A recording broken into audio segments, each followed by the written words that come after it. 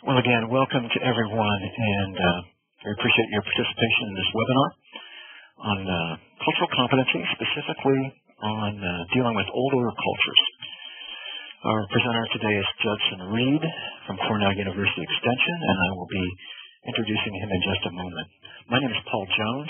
For those who don't know me, I'm the manager of the National AgrAbility Project at Purdue University. And I'll tell you a little bit more about AgrAbility in a minute also. Just a few basic webinar instructions today. You will, of course, need speakers or headphones, as we do not have any type of phone connection, which hopefully you've already realized. If you're having any issues with the sound, please go up to the audio menu at the top of your screen and select Test Computer Audio. If you're in need of closed captions, you can click on the closed caption pod on your screen, and those should be available to you. Also, you have an option in terms of how you view the participants. You can either view them as thumbnails or lists, and I think probably the default is the list menu, so you can experiment with that if you so choose.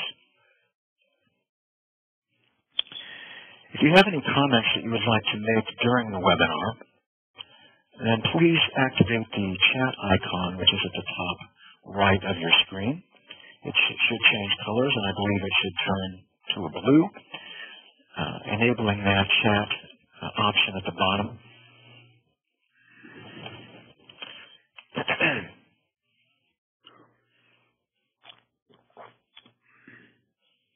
If you have questions about the presentation, please go ahead and type those in the chat window. But you must click the send button in order to make that active. Also, during the question and answer period, if you have a web microphone and would like to raise your hand, we can activate your microphone so that you can ask your questions locally. Feel free to type in your questions at any time during the presentation.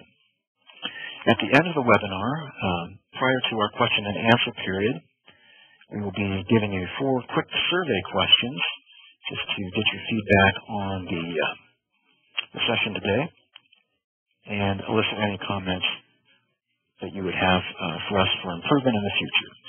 We're also archiving and recording this, and you can see the icon on your screen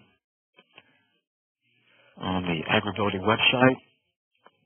If you have any technical problems during the webinar, we'd appreciate that you would either try typing those in the chat window, and if you're unable to do that, we will be monitoring the email address listed below, agrability@agrability.org. So if you can't use the chat window, please use that email address, and we will do our best to solve any technical issues.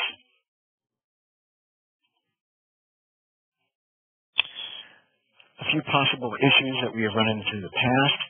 If you're still hearing the audio but the slides are not advancing in a reasonable manner, you may want to just move your mouse or hit enter on your computer to make sure your computer is still awake, and it may take a minute or two to reconnect, but that has been successful in the past. Our presenter is remote from us today, so if we happen to get disconnected for some reason, just hang on and we will reconnect as soon as possible. And if you happen to be disconnected for some reason as a participant, please just log in again. For those of you who are not familiar with AgrAbility, it is a program sponsored by the U.S. Department of Agriculture, and it focuses on assisting agricultural workers who have some type of disabling condition. Every AgrAbility project is a partnership between the Land-Grant University and at least one disability services organization. Currently, we have 20 state projects around the country, and there's one national project, and that is housed here at Purdue University. We have partners on our project including Goodwill of the Finger Lakes, U.S. Artist Foundation Heartland Region, University of Illinois Urbana-Champaign, and Colorado State University. So if you're not familiar with AgrAbility and would like to learn more about it, feel free to take some time to visit our website at agrability.org. We have approximately 35 other webinars are archived on our website, including other cultural competency webinars. So if you would like to check those out, please feel free to visit that website. Judson Reid, again, is our presenter from Cornell Extension. He has a variety of focuses, mainly in greenhouse, high tunnel, field production, fresh market vegetables. He is presented in many venues. You can see several of them listed on your screen. He grew up on a dairy farm in New York and graduated with his undergraduate and graduate degrees from Cornell. That was a Freudian slip. Sorry about that, Judson. So at this point, I will turn things over to Judson, and after the presentation, we will go ahead and do our polls and then get back to our question and answers. So I need to make Judson the presenter at this point.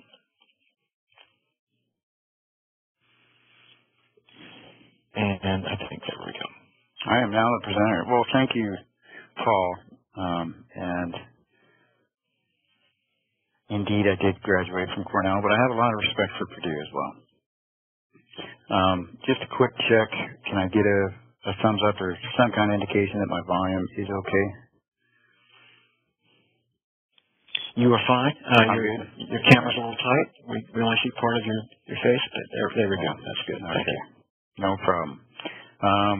Yeah. Let me see if there's a way for me to see my camera as I'm on here.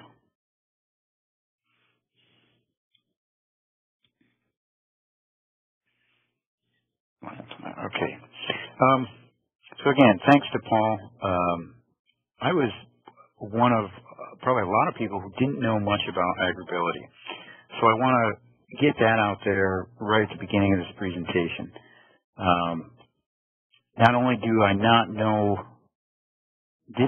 a lot about AgrAbility, I wasn't very knowledgeable about effectively working with people with disabilities.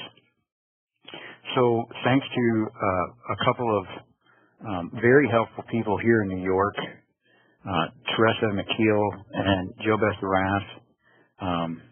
who are involved in the AgrAbility project here in New York State. I've learned a little bit more about AgrAbility, and very pleased to be a small part of a national training workshop that's happening in Rochester, New York, April 13th through 16th. That's very soon. What are you doing April 13th and 16th? Why not come to Rochester and participate in this national training?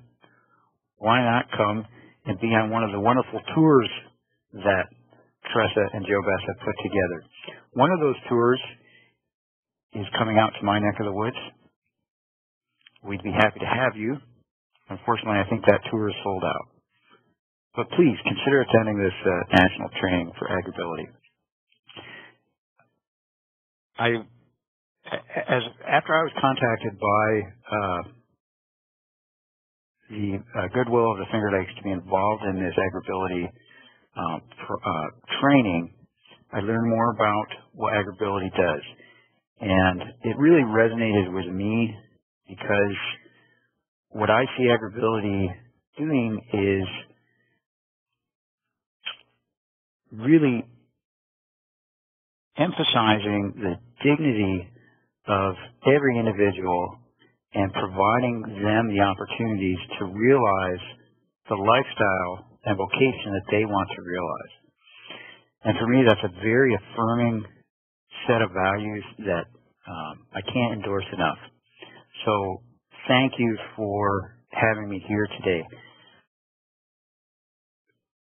As Paul mentioned, I'm an agriculturalist. My academic background is in plants and soils and bugs. Through my work, I've developed a working knowledge base of how to interact, hopefully successfully, with Old Order Amish and Mennonites throughout the state of New York. I'm going to talk about those populations broadly, as well as how they exist in our state, their impact on agriculture, and potentially what are our opportunities as service providers to interact with those populations.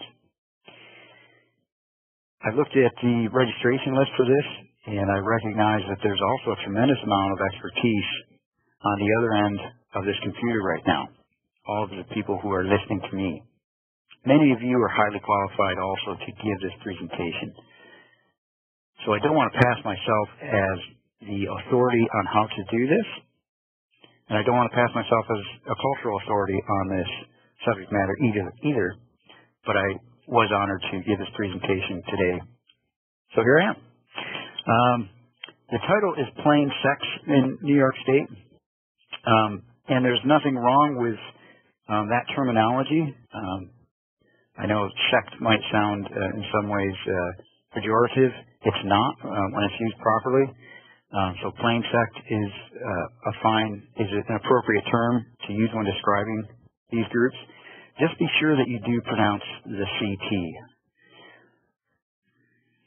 So the topics that we're going to discuss today: origins of these groups in an absolute thumbnail sketch, their demographics both nationally and within my own state of New York, cultural distinctives, their impacts on agriculture, and again, what are our opportunities for appropriate interaction as service providers. And I'm giving this presentation within the context of AgrAbility, at the same time acknowledging my own limited knowledge base of working with people with disabilities. There are many places where you can get information about Old Order cultures or plain sex or Amish people. Some of those sources I would hardly endorse. Others I would not.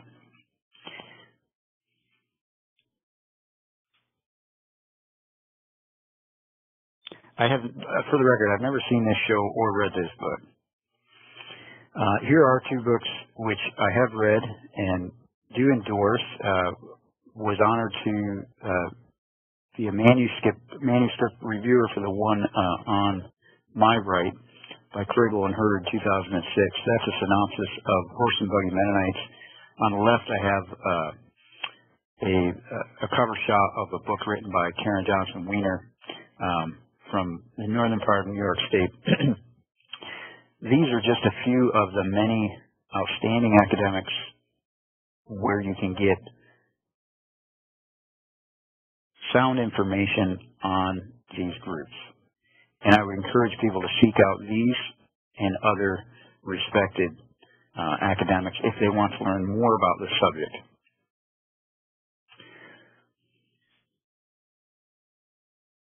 There's more authors on this subject than I can mention, but choose wisely when you're seeking out information on this subject matter. So let's dive into my knowledge base and start to make some definitions so we know what we're talking about.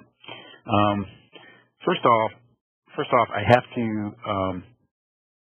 mention that I work for Cornell University, which is a spectacularly secular institution.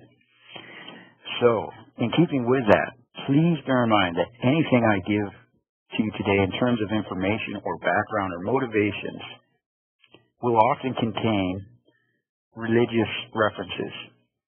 I'm not endorsing those religious references through this presentation or any of the cultural groups' interpretations of those references.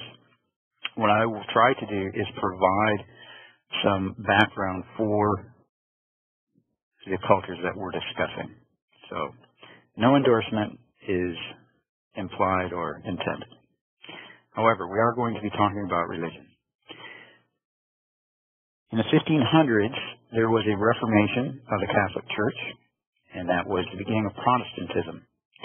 Out of that Reformation, another Reformation occurred, which was the birth of a group we know as the Anabaptists. These were people that felt that the work of the Protestant reformers was insufficient in certain ways, and as they rebaptized their followers, they became known as the Anabaptists. The Anabaptists then have been around since the time of the Reformation. A small subset of Anabaptists adopt a lifestyle which we know as plain. Plain generally is referring to a style of dress and a few other lifestyle features, and that's where the term plain sect comes in. Within plain groups, we have another narrowing down or another classification, which would be Old Order groups. Old Order groups that would retain, most likely in most cases, a distinctive language, either a German or Swiss dialect, oftentimes the use of a horse and buggy for transportation, and other distinctive lifestyle practices. Those groups would include the Amish, the Old Order Mennonites, Hutterites, and Brethren. So within Old Orders, we have those four major categories. Moving forward, those four groups, what sets them apart is their emphasis on tradition. Tradition is used to put principles into practice. And here we have our first scripture reference from the book of 1 Timothy. That women adorn themselves in modest apparel with shamefacedness and sobriety, not with braided hair or gold or pearls or costly array. That principle, which is taken from the New Testament of the Bible, we can see put into practice here in the dress of these young women who belong to an Old Order Mennonite church group. The dress of these women is prescribed within certain levels of detail by their church group. And we notice that these women have a hair covering, a long dress, long-sleeved dress, as well as other features to ensure modesty. So the tradition is not the value itself. The value being emphasized here is the principle, in this case, from 1 Timothy. Moving forward,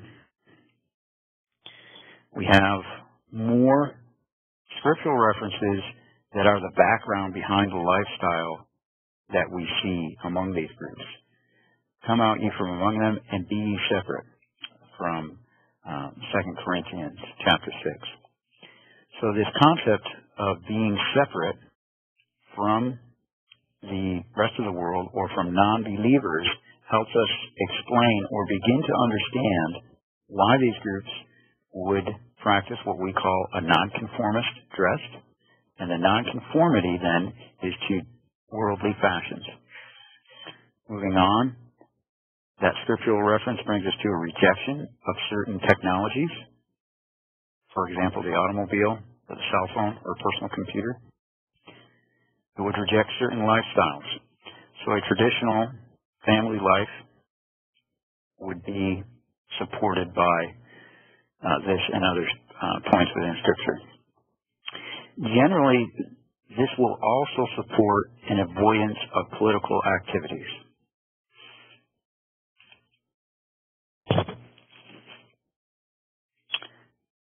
Quote from the book of Colossians, put on therefore kindness, humbleness of mind, meekness, and long-suffering.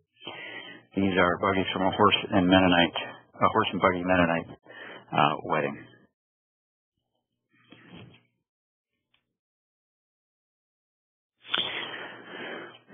So we may ask ourselves then, how do these Old Order groups differ from the many other Christian denominations that we have in our country? These are a few examples. Ministry is chosen by lot or lottery. Supporting the poor, what I mean to say there is that there is church support for members in financial need, a baptism of confessed believers compared to other denominations that would baptize children, the reconciliation between brethren, so the peace that is intended to exist between practicing members. And perhaps the next bullet point is one of the biggest differences between mainstream Christianity is the ability of the church to discipline wayward members. We also have a paternal headship in these churches, both within the ministry as well as in the house or home.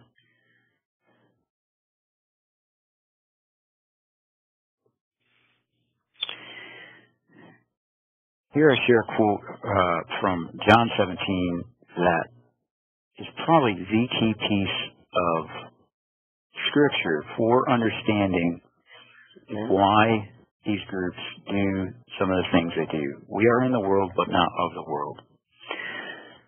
So in a sense, the worldview of people participating in these groups is a dichotomy between those within the church, and when I say church, I mean the body of believers, not a physical church. So the dichotomy of those within the church and those without. Those without being the world.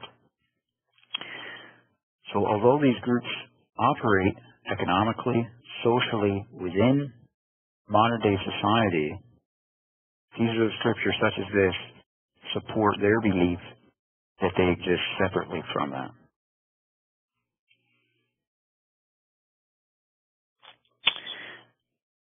I mentioned that there are a number of groups that would consider themselves plain and old order. I want to talk real quickly about the diversity of these different groups. Here we have a one-room schoolhouse from far western New York. This is close to the Pennsylvania border in Chautauqua County, near Lake Erie. This is a very conservative Amish group that operates this schoolhouse.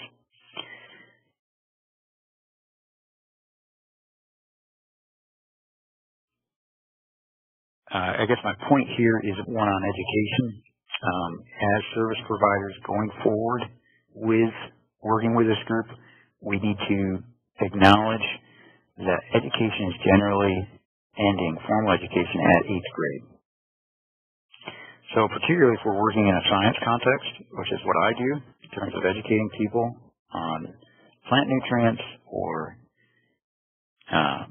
pathogen biology, I need to bear in mind the lack of science background that my audience has. Okay, I'm excluding from this presentation plain groups that use automobiles. So here we have a set of cars with black bumpers. These would belong to a group of car-driving Mennonites, which would dress plain and in some ways have distinctive lifestyles. But as they operate automobiles, have cell phones, and use computers for the sake of this presentation, I'm not including them in my discussion. I'd like to talk now about the population, beginning with the Amish on a national level, and you'll notice at the bottom of my slide, my source, the Young Center for Anabaptist and Pietist Studies at Elizabethtown College in Elizabethtown, PA. These folks maintain an excellent website, and much of my data, not all of it, comes from that, and I want to acknowledge them from the beginning of this presentation. Professor Don Frabel there, generally regarded as one of the national authorities on this subject matter. He and a number of his colleagues have created this data. So the Amish in North America, we have 480 settlements. A settlement simply refers to a geographic area where there are Amish people. Those settlements are spread out across 30 states, as well as the province of Ontario, and they are divided into over 2,100 church districts. Total population of close to 300,000. I would guess by today it probably is 300,000. A few points I want to make on this slide. Let's see if I can use this. I better not. 1, we have 480 settlements, and you'll notice that that figure differs considerably from church districts. As we try to understand the Amish, we need to understand how they are divided corporately. So a church district represents the number of families that can comfortably attend church service in one of the members' homes. So with the exception of one group, Amish group in Pennsylvania, the Amish attend church services in their members' homes. That limits the size of a church district to anywhere from 20, 25, 30 families. Each one of those districts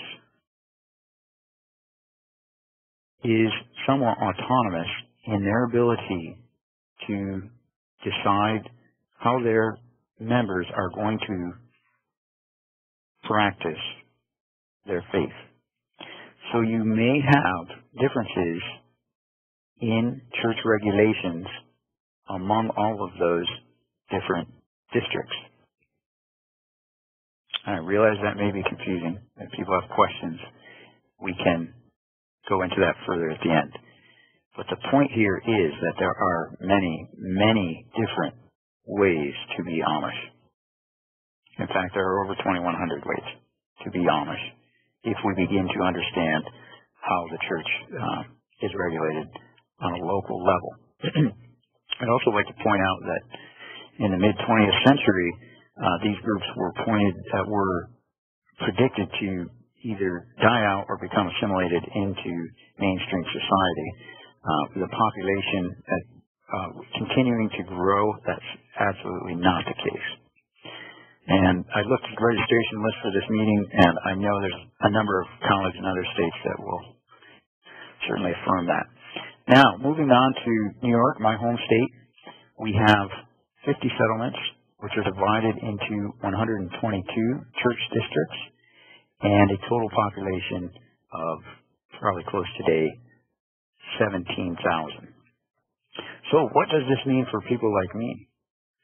That means there are 17,000 people out there whose lifestyle is one that intersects well with my subject matter expertise, which happens to be plants and soils, things of this nature. For the rest of us who are working in agriculture or horticulture, this is a growing population and an exciting opportunity for us to expand our work. Now, if we look at the top 5 states with an Amish population, you'll see that Ohio is number 1, followed by Pennsylvania. Those 2 states just have an ongoing population war, and I'm never sure exactly who's coming out on top. In this case, it looks like Ohio, followed by Indiana, and I saw a tremendous amount of registration from Indiana on today's webinar, followed by Wisconsin, and then New York. This data might be a little bit old, and I believe now that New York is ahead of Wisconsin. We should point out that there is a tremendous drop once you get away from the top 3 in terms of population, Indiana over 50,000, and then Wisconsin and New York now in the high teens. Big difference.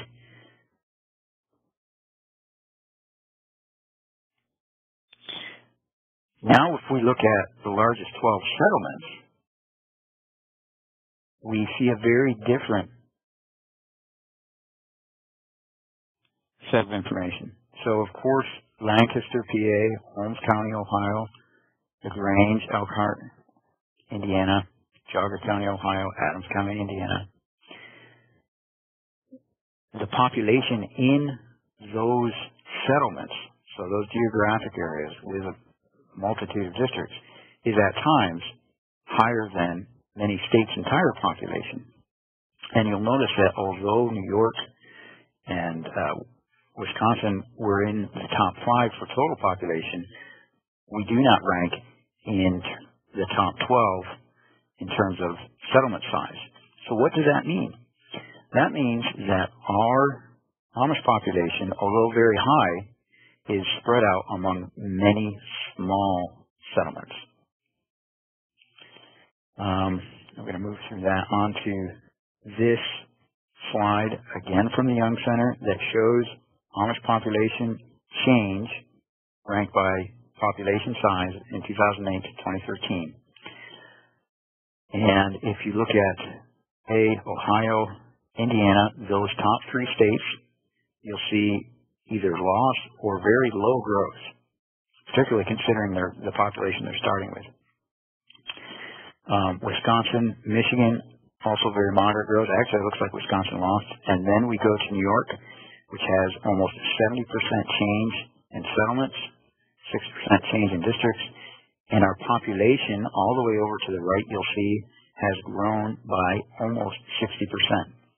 So for the last 5 years running, and likely the last 10 years running, New York State has been the fastest growing Amish population in the nation. So I realize I may be breaking some stereotypes you have about our state here today.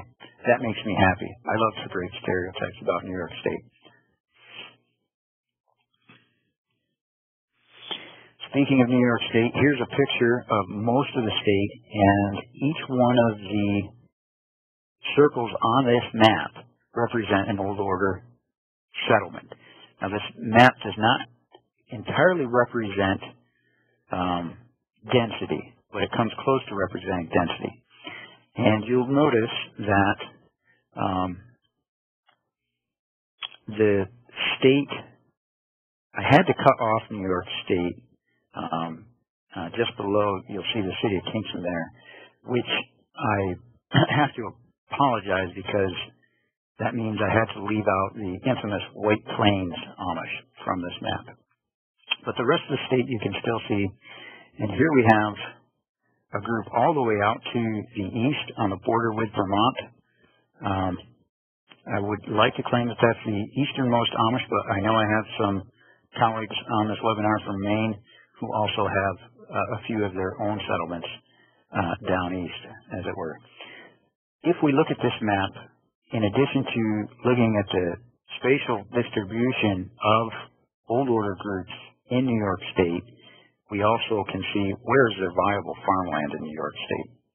So those groups of red dots often are representing river valleys or lake plains where we have viable farmland. Our greatest growth has been occurring throughout the western part of the state as well as the northern tier. There are a few dots on this map which are not Amish people. They are horse and buggy Mennonites, or what we call Old Order Mennonites, and now I will speak about them briefly. Old Order Mennonites are oftentimes renowned for their work ethic, and looking at the age of this couple and the number of children, I think you'll agree with me, they are very hard workers.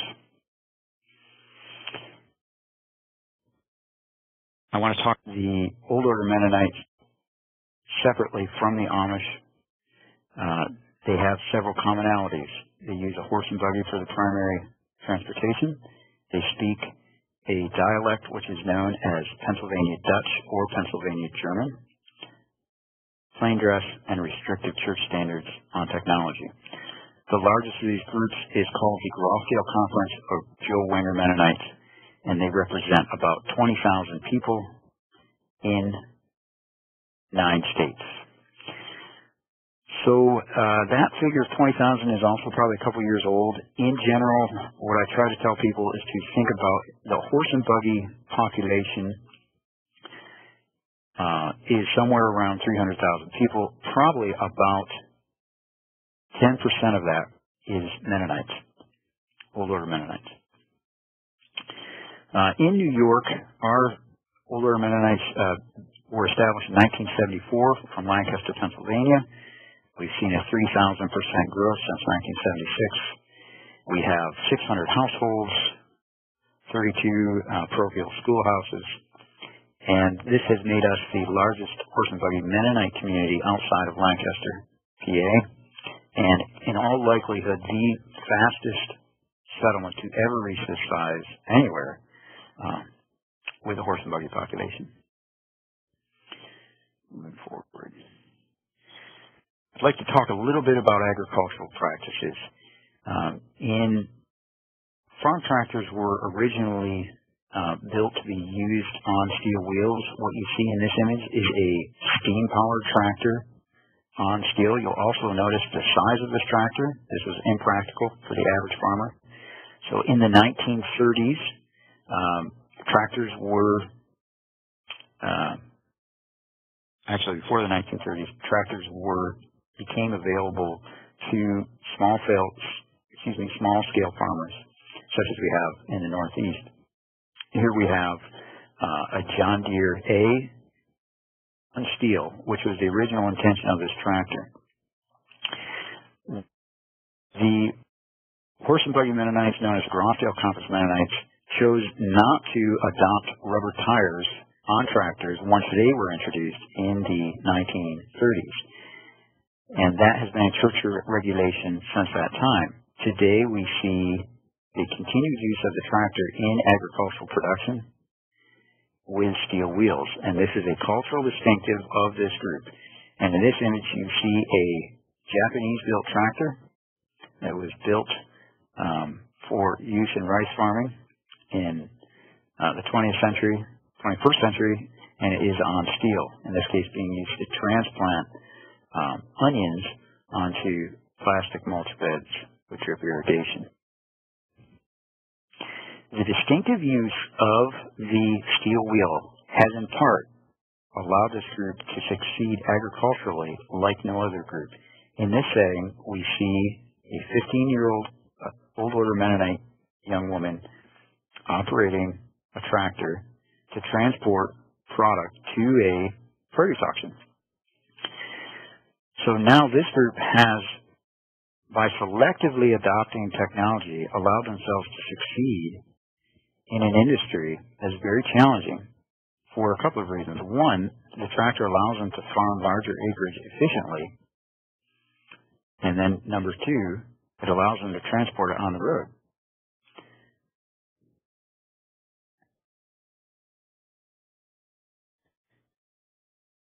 This church requirement on steel wheels also extends to larger machinery. In this case, we have a combine which would be used to harvest wheat.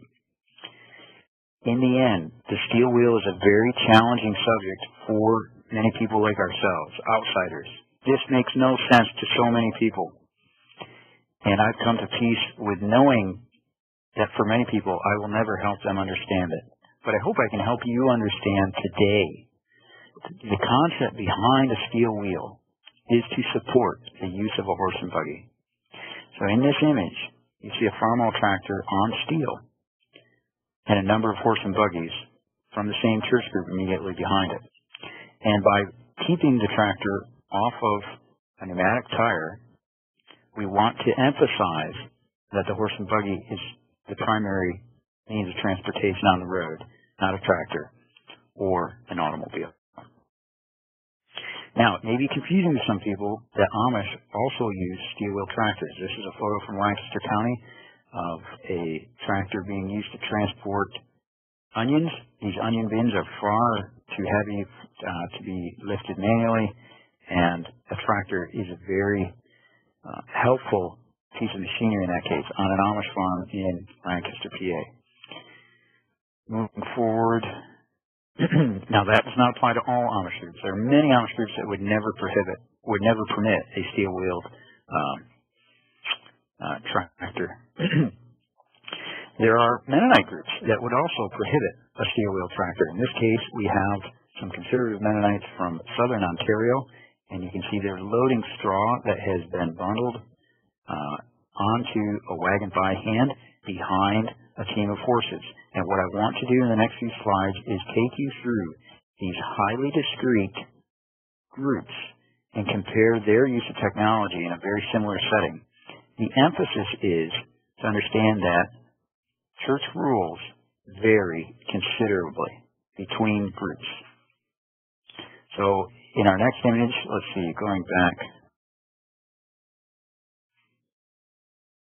So we have these people loading by hand and horses, pitchforks. Here we have a young Amish boy behind a team of 4 horses tedding hay with a ground-driven hay tedder. Now we have what we call Stauffer Mennonite, horse and buggy Mennonite, that would prohibit the use of tractors.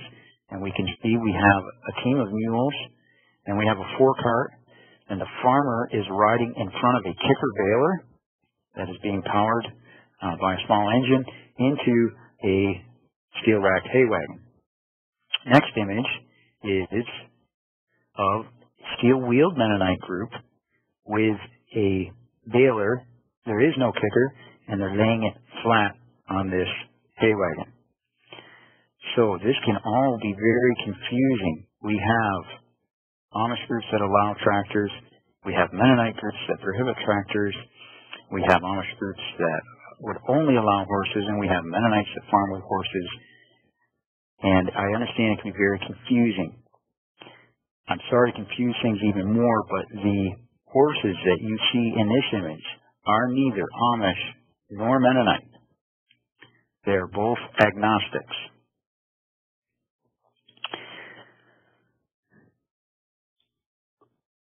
So I mentioned the issue of community size. In New York, we have sizable Mennonite population, which tends to be concentrated into a very dense geographic area. And then we have a very disparate Amish group spread across the entire state. Community size contributes to success in agriculture. As part of my working thesis here, that includes support businesses, feed mills, tractor repair, veterinarians, mutual support in terms of barn raising, harvest labor, and cooperative marketing. Produce auctions being one of those. Milk co-ops would also be included there. What's going on with these populations? Baptism being the formal membership into the church group via Amish or Mennonite, and this is for Old Order Mennonites in the Finger Lakes of New York from the 1970s to the 2011, and you can see where that trend is going. It's rising, dramatically so. After people formally enter the church through baptism, they enter a stage of life where they will begin interacting with other young people of the opposite gender. And eventually this would lead to marriages. Here we have Grofdale Conference Mennonite weddings plotted out over time. And we can see as we enter the last few years that trend is going up dramatically. And all of us can understand what happens after people get married. This happens to be the parking lot at an Old Order wedding close to where I live, and I was honored to be a guest there. Well, this is the sort of thing that does happen after people get married. They continue to produce more potential church members. The message being that these populations are going to continue to grow because of a very high retention rate and a high birth rate. The success of a group or a culture is something that's very hard to measure, and I've shared with you here some outward measurements of groups that are succeeding. So this group that I've referenced here has a 90% retention rate among their young people. 15 hockey teams. Ray of Hope is a counseling institution for people who are suffering from emotional and mental issues. And we also have a very giving community in terms of outward mission efforts, a few of which I've listed there. So the key points I've tried to share with you today is that New York Old Orders are successful culturally and agriculturally, and those two things are cyclical.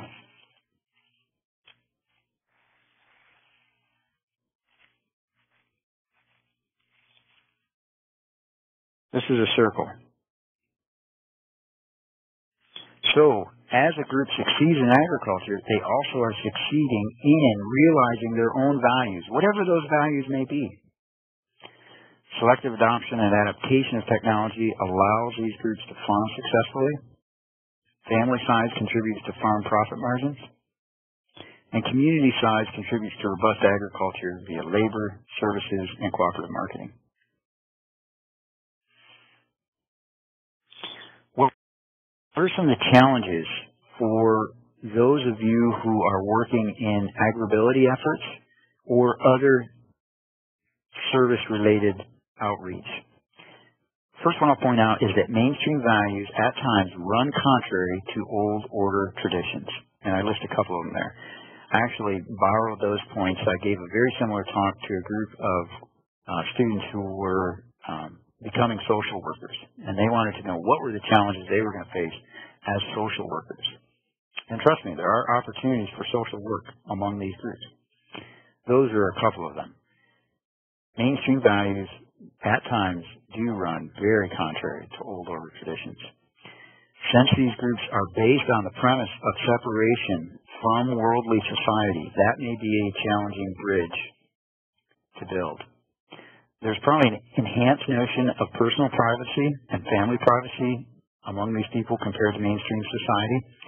And then surprising to many people is that there is an outstanding existing social support system within these groups. And I'll take a risk and say more so than society at large. That means that oftentimes when people need help, the help is not a question of where to turn for help. The help may already be there and likely will be there within their community. How have I been able to succeed in working with these populations?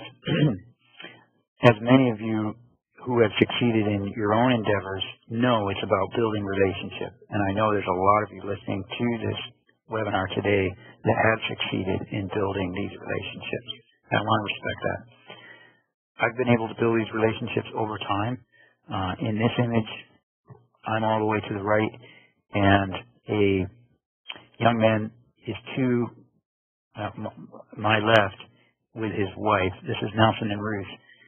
Early on, I recognized the intellectual capacities of this couple and actively recruited them to participate in my program. And today, in a sense, Nelson is one of my employees in that he is on my payroll. I have paid him to conduct variety trials, which is a lot of the work I do, host meetings, give presentations, and consult with farmers for my institution. This has been a major cultural success. By bringing in this diversity to my program, I've been able to succeed more successfully. So here's another image of a young woman that I've worked with. Her name's Alma, and you'll see a clipboard in her hand. That's because she's collecting data for me on a crop of greenhouse cucumbers. Very bright young woman, an outstanding observer. These are a shot from some of our field meetings where we interact with people in an agricultural setting. And I'd like to wrap this up by thanking again AgrAbility, Cliff and Paul for helping organize this today, Teresa and Joe Best for recruiting me to give the presentation. And I'd also like to thank all the participants in this webinar who, again, I acknowledge, bring their own expertise to this. So I'm going to end the formal part of my presentation, and I think maybe Paul or Cliff will guide us now through a quick question and answer.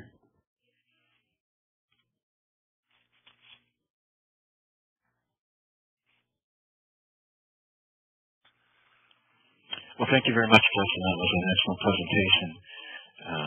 Appreciate all the effort you've put into this, and obviously you've spent a lot of time developing your relationships, which, as you said, is a key factor in success in this area. Thanks, Paul. I do have some quick poll questions I want to give to you. At this point, though, I would invite you to either type some questions in for Judson into the chat window. Again, you need to activate the chat icon at the top and then open that through the arrow. Click on the arrow and it should open it. Allow you to type questions into the rectangle, and you have to hit send, or you may go ahead and start raising your hand if you have a microphone and you would like to ask your questions verbally, and we will be opening up your microphone in just a couple minutes. At this point, I do want to go ahead and open our polls, which I think have disappeared, and I will have to quickly open those up again. Okay, so our first poll question asks about your affiliation. Let me just get that open. In terms of what professional affiliation you have, we know that many people wear multiple hats, so please go ahead and pick the best choice here. And you do have to click on the Submit button at the bottom. And you also need to make sure you actually activate that little button next to the proper choice. You can't just highlight the question. You actually have to click on the button and make sure it's active. So we give you just another few seconds to go ahead and fill that out for us, if you would. Looks like some people are still responding. And we will share the results with you here in just a second when I close the poll. It's a couple more seconds, and then I'm going to go ahead and close the poll so we can move on.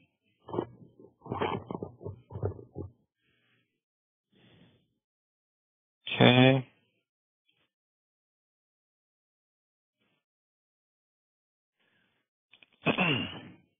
It's now closing. That's a little timer. So, thank you for your participation on that, and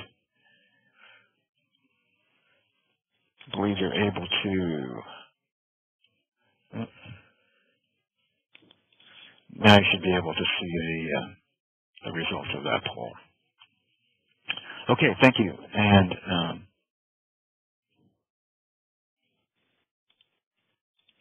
our next question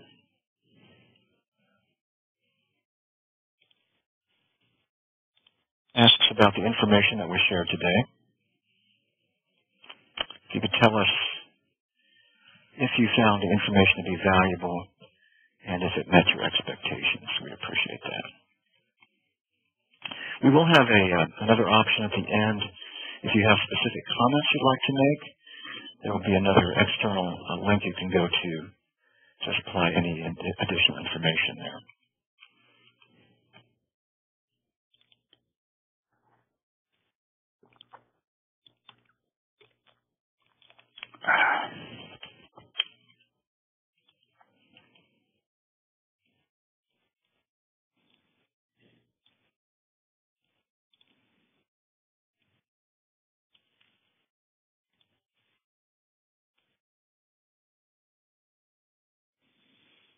Okay, we'll give you another few seconds here before we start to close that. Again, we appreciate your feedback.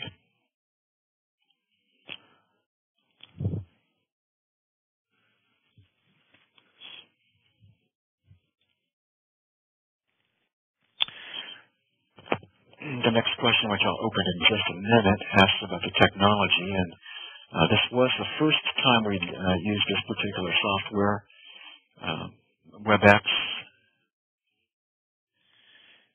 And I know we had some problems with the closed captioning, and I apologize if you needed that option and weren't able to see it.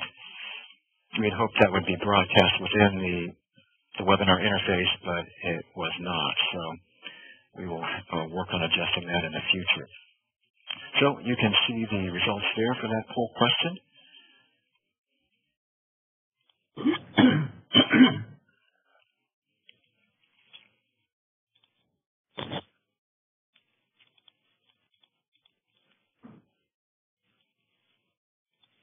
Thank you. And the next question here, technology. Please let us know if the technology was effective and usable for you today. One other, if you have specific problems with the technology, we invite you to to make those comments within the chat pod. If you had any specific technical problems, then we can try to troubleshoot those for the future.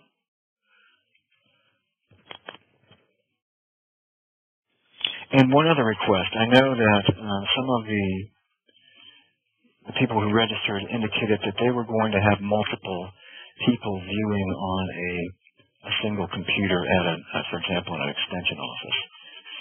So if you did have multiple people, it would be helpful if you could just make a note of that in the chat window. That gives us a better idea of our actual attendance. And, of course, if you're an extension, you know that they like to have us report all of our impacts. So the more accurate data we can get, the better. Just a couple more seconds before we close that. And I'll open the final question that asks, based on today's session, would you attend another session in this series as soon as this poll closes? And I will give you the results here in just a second. And you can see the feedback on that. Appreciate your feedback.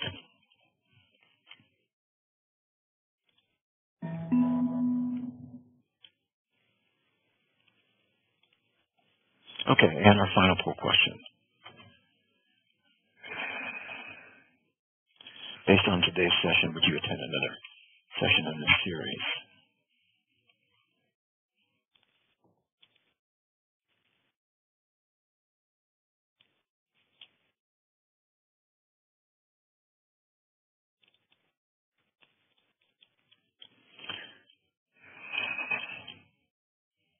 So we do have a few questions in our chat window already. Appreciate your impact or input there. We will start those in just a second as soon as I finish this final poll.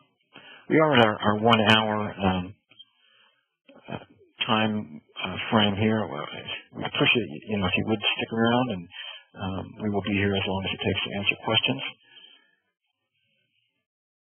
Sorry we're running a little bit late, but it's been some good information. It looks like we've got some excellent questions coming up here. Okay, and here are our results coming up for the final poll.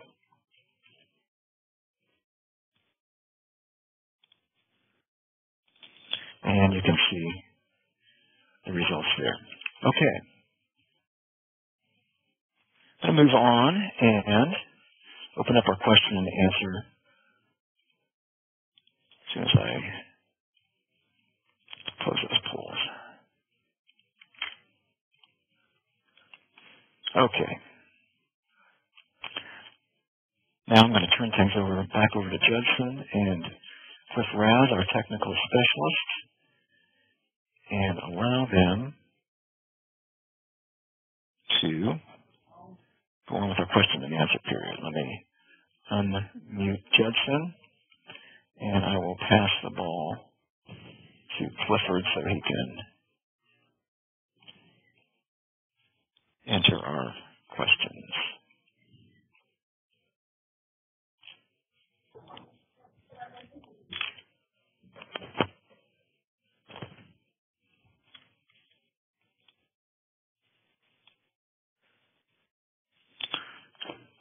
Cliff, we're not seeing the entire question there, I don't think. There we go.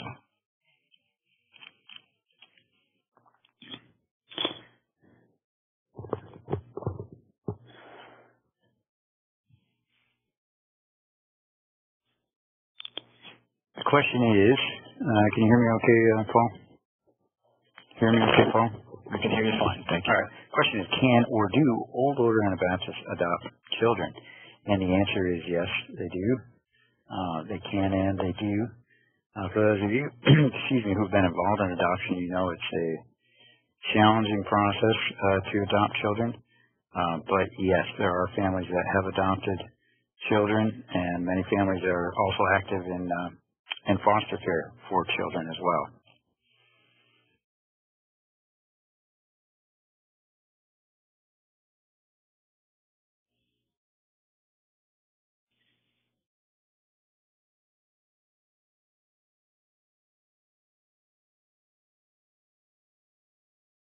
Question. Hand raised. Someone wants me to raise my hand? Okay. Cliff, I don't think the person with the raised hand has a microphone. That would be me. Can you hear me? Oh, yeah. Okay, go ahead. Sorry.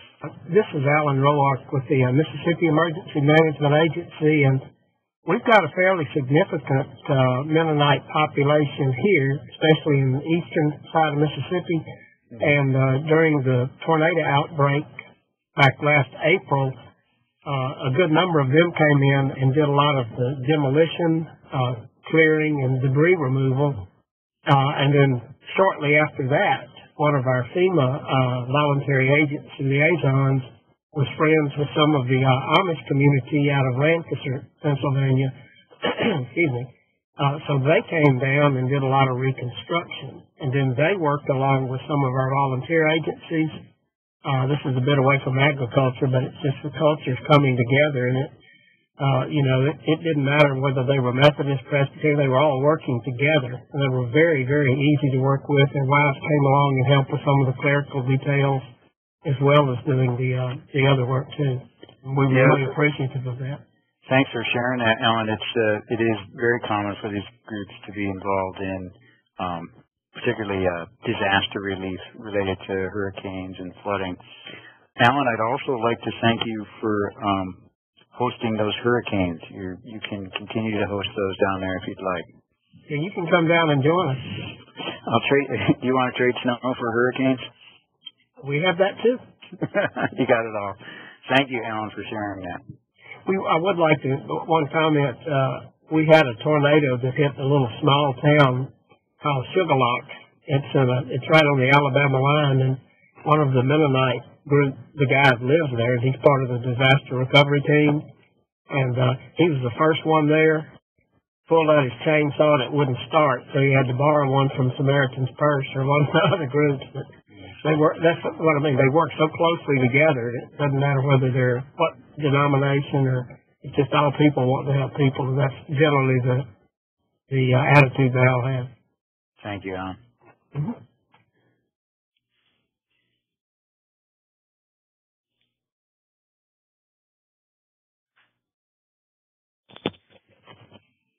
So we have a question. What is your experience with addressing Anabaptist sensitivity to disabilities? Let me see if I can read the rest of that question. Can't quite read the end of that. Maybe do they allow something? I'm not sure what it is.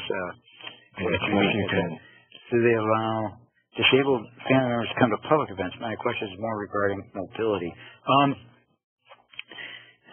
If there's more to that question, feel free to chime in. Number one, I don't have a lot of experience working with mobility efforts and their struggles to transport. Okay, I don't have a lot of experience working with disabled people, Old Order or otherwise.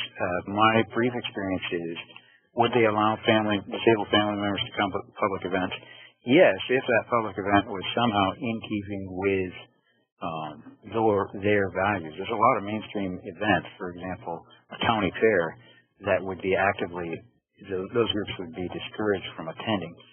Questions regarding mobility efforts and their struggles to transport.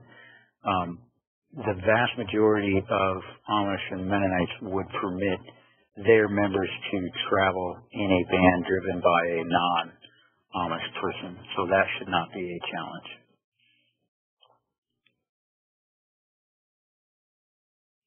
If you come to the national training on April 13th or 16th as a part of our tour, you will meet a family that deals with those issues you just brought up.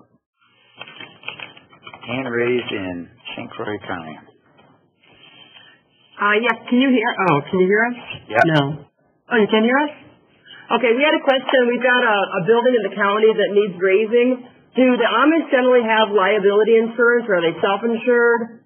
If they're going to get hired by the county requires certain liability insurance to do work. Yeah. So we have a question about them perhaps raising a building, raising, I assume, with a Z, and liability insurance. So these groups would generally not participate in commercial liability insurance. They would be what you would call self-insured. So they would be insured by the church, and that if there was some type of liability, there would be financial backing for any responsibility. However, I know that does not meet the needs of a number of municipalities who would require commercial liability insurance. You will not find many groups with commercial liability insurance. Okay, thank you. And then I sent a few other questions. Are you checking calls in chat box? I forgot to send them to everyone. No, I'm prohibited from doing that. They told me I would have cognitive overload, but they don't realize I'm someone who suffers from cognitive overload 24 hours a day. Okay. So I think I've got my last question here. Seth is probably trying to keep me moving. What is your preferred program presentation method? Posters, PowerPoint, etc. And I'm guessing that probably comes from someone else who gives public presentations.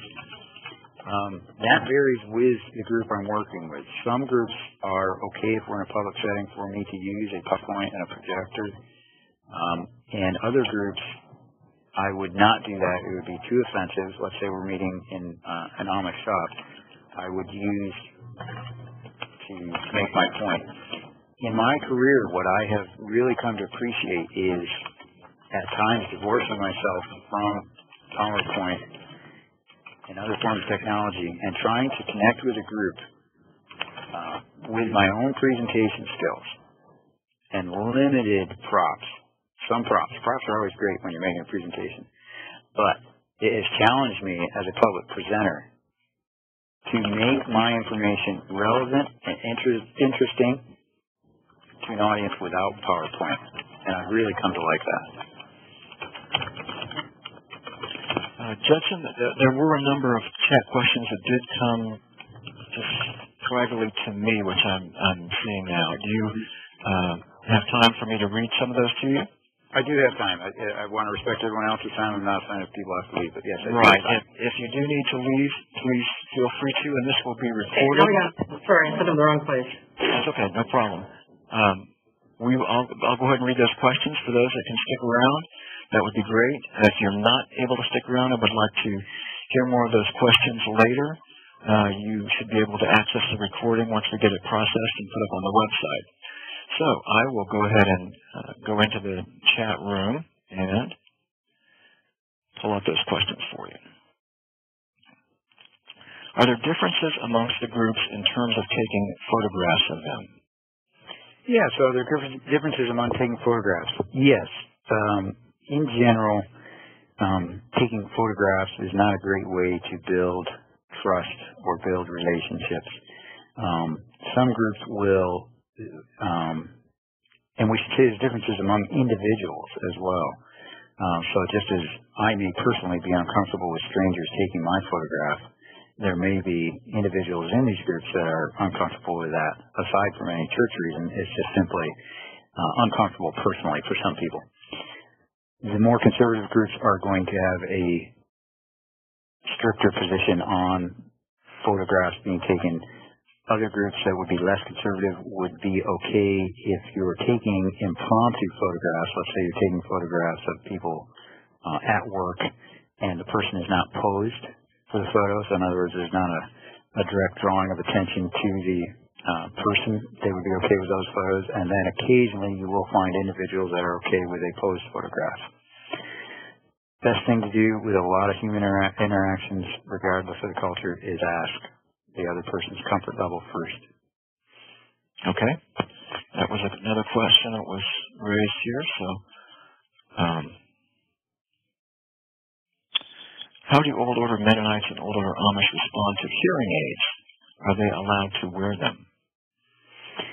How do they respond to hearing aids? Yes, they would wear them. I would not know of any group that would not.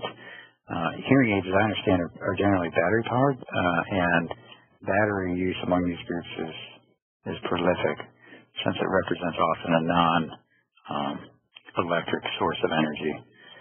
I'd be surprised if you'd find anyone who would prohibit that form of technology. Okay.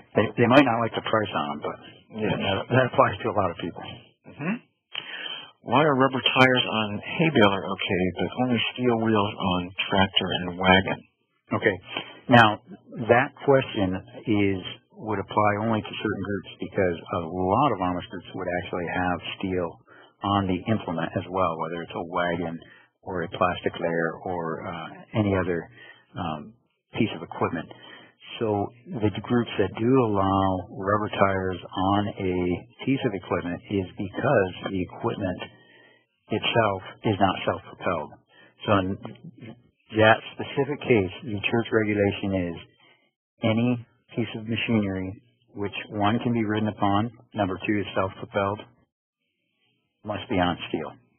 So the hay baler cannot conceivably be ridden upon, and number two, it's not self-propelled. Okay. Therefore, it may be on rubber. Okay.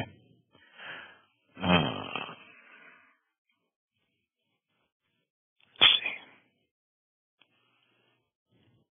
What would you recommend doing to initiate relationships with Amish and Wisconsin with the goal of educating on soil conservation? Great question. What would I do? Soil conservation in Wisconsin.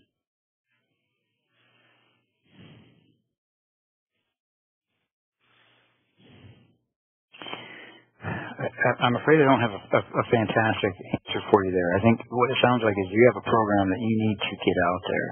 And so what you need to do is convince the audience of the value of that program. So my question for you is, what is the value of that program? Is it soil conservation? Is it water quality? Is there any way that could be turned into on-farm profitability? Those are all things that I would begin to look at in terms of extending that program. Is what is the benefit, and ideally what is the benefit to the farmer? Then in terms of getting that out to, say, Amish farmers, probably the last thing you want to do is show up and say, you've got a problem, I'm here to fix it. So could that information be embedded in other educational programming that might more directly address farm profitability?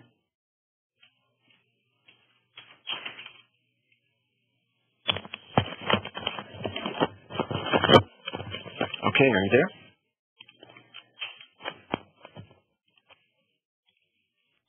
I'm still here, Paul. Okay. All right. I think we're going to need to wrap up here. I do have one final question, and then you can go ahead and sign off, if you would. Yes. Okay.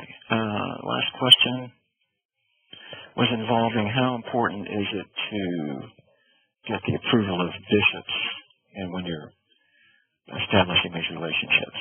The question is, how important is it to get the approval of bishops when you're establishing relationships? So, for those of you, that question sounds like it comes from someone with some working knowledge of church structures. So, the church hierarchy is remarkably simple in that you'd have bishops, ministers, and deacons, the bishops representing the top of that hierarchy, and responsible for a fair amount of decision-making regarding the church. I think a common mistake people make when they're trying to have outreach with these groups is to go directly to the church authorities and run ideas past them or tell them what they want to do. Oftentimes, if you want to extend an idea into a community, you need to know who are the early adopters in that community, who are the innovators, who are the people who are looked up to in terms of, and in my case, agricultural practices. And can you build relationships with those people? Maybe they're ministers, maybe they're not. It doesn't really matter. But that's where, if you want to have good relationships in terms of agricultural education, that's where I would start. And I would suggest that you're probably going to start that by going to those places to learn. So, real common concept in building relationships with people is first seek to understand first, not to be understood. So if you have some program, whether it's soil conservation or any type of program, seek first to understand your audience, what they're doing, how they're succeeding, what is their cultural motivation, before you seek to have your program understood.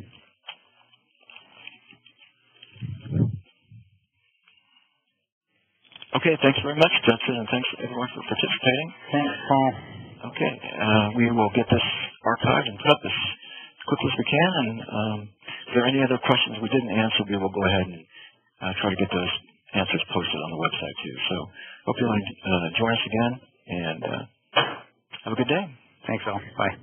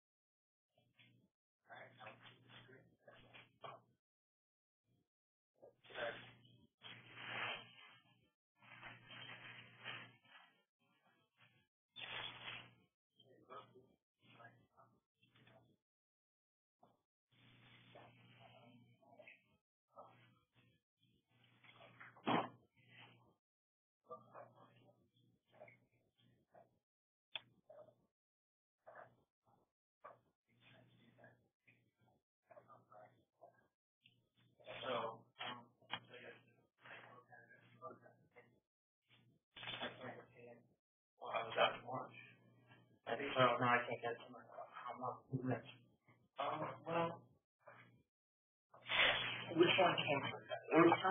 This came first, but you have yours in hand. Oh, I would think that it would be you technically got yours first because it did intend more than to okay. But the reality is that you got your answer out and pissed, and that's one that's important. Because I would rather have lost than to not get it canceled. Yeah. Well, can you go down there? That's the big one. At 9 o'clock tomorrow morning, so we get a lot of power supply, right? So try not to put it into, yeah. I was under power supply. I'm a hospital. I really want to see this. It's just so you know, yeah, it's not going to make any difference. Underpowered, it will just not. If it's a little more time, it's going to keep different. Some thresholds are okay. Which would be about 2 watts. However, I will say that the power supply from the back is here. The back one. Hopefully you can use that right now. The power supply for this computer back here. And it's like 85 watts or something. Are you looking at it? And that's only thing about 55 watts. So, you can go ahead and fire that one up, and then after you're convinced that it works, you don't know how to do it. You can swap out to that one. Okay. It's straight up high power or low performance. So, me, everyone. I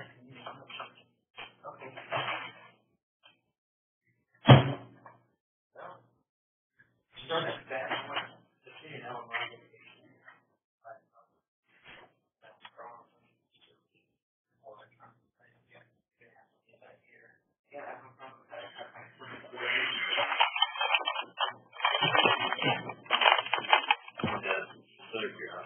Yes. Catholic school, while we're out on vacation, do you think there'd be time for us to use the camera and take pictures? All right. This is actually really Yes, it is. all right.